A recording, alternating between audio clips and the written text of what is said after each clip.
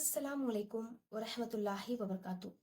ईद उल अज़हा आने वाली है और जब ईद उल अज़हा आती है यानी कि बकरीद ईद आती है तब हमारे जहन में एक ही सवाल आता है कि हम कुर्बानी है किसके नाम से करें, यानी कि कुर्बानी इस साल किसके नाम से करें, कुर्बानी किसके नाम से दें।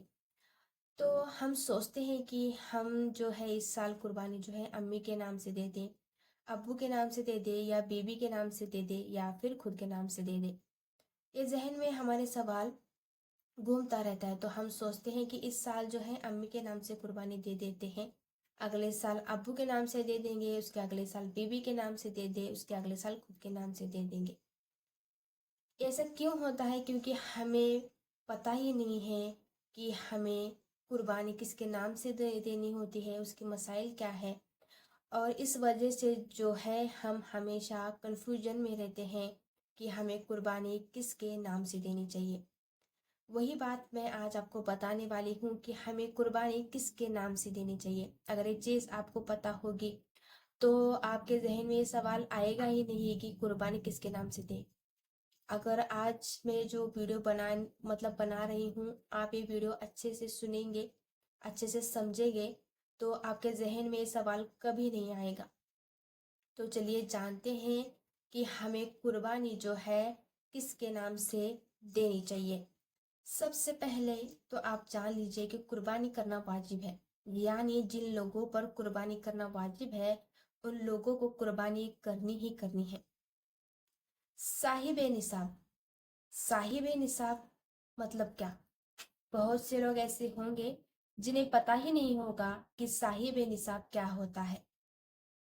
तो मैं आपको आज बताऊंगी साहिब निसाब क्या होता है। जब आपको क्लियर हो जाएगा कि साहिब निसाब क्या होता है तब आपको ये सवाल पैदा ही नहीं होगा कि कुर्बानी किसके नाम से दे।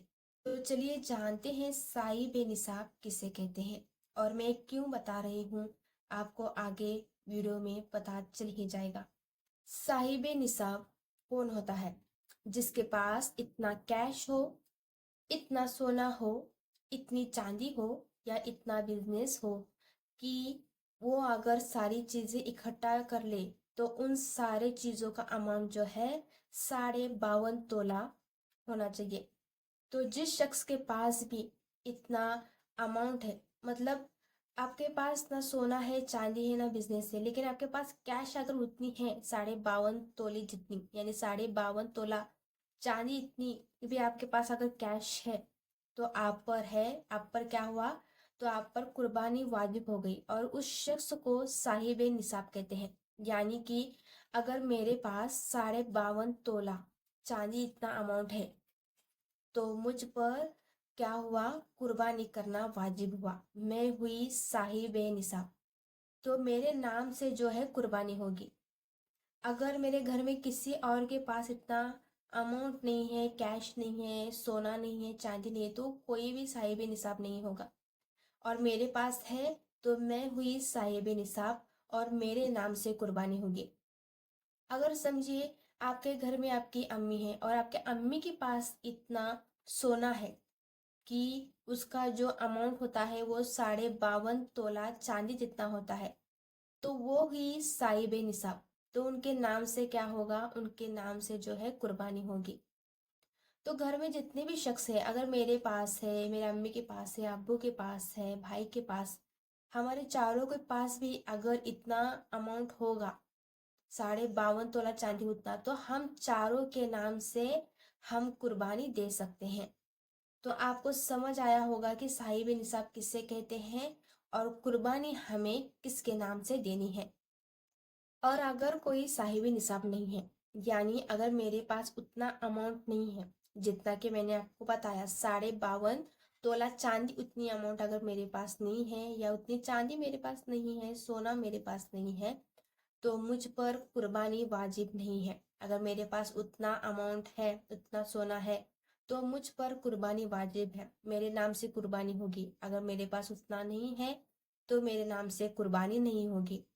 अभी हम आगे समझते हैं कि अगर समझिए आप साहिब निसाब हो, साहिब निसाब मैंने आपको पीछे बताया कि साहिब निसाब किसे कहते हैं। अगर आप साहिब निसाब हो और आप जो कुर्बानी हो आपके अम्मी के नाम से दे रहे हो, تو آپ کی جو قربانی ہے وہ قبول نہیں ہوگی، آپ کی قربانی جو ہے وہ ادا نہیں ہوگی۔ آپ صاحب نصاب ہو تو آپ کو ہی قربانی دینی ہے، یعنی کہ آپ کے نام سے ہی قربانی دینی ہے۔ آپ صاحب نصاب ہو اور آپ کے امی کے نام سے اگر قربانی دے رہے ہو تو آپ کی جو قربانی ہے وہ ادا نہیں ہوگی، وہ قبول نہیں ہوگی۔ یہ بات آپ یاد رکھیے گا۔ تو آپ کو کیا کرنا ہے، آپ کو آپ کے نام سے ہی پہلے جو ہے قربانی دینی ہے۔ آپ کے نام کی قربانی دینے کے بعد پھر آپ باقی کے جو نام ہیں آپ دے سکتے ہو، لیکن سب سے پہلے جو قربانی ہے آپ کے نام سے ہی ہوگی۔ اور اس کے بعد میں پھر آپ جتنا چاہو، مطلب آپ کے گھر میں امی ہیں، ابو ہے، بھائی ہیں، بچے ہیں، بیوی ہیں، آپ پھر سب کے نام سے قربانی پھر دے سکتے ہو، لیکن سب سے پہلی جو قربانی ہے وہ آپ کے نام سے ہی ہوگی۔ تو یہ تھا کہ کس کے نام سے ہمیں قربانی دینی ہے۔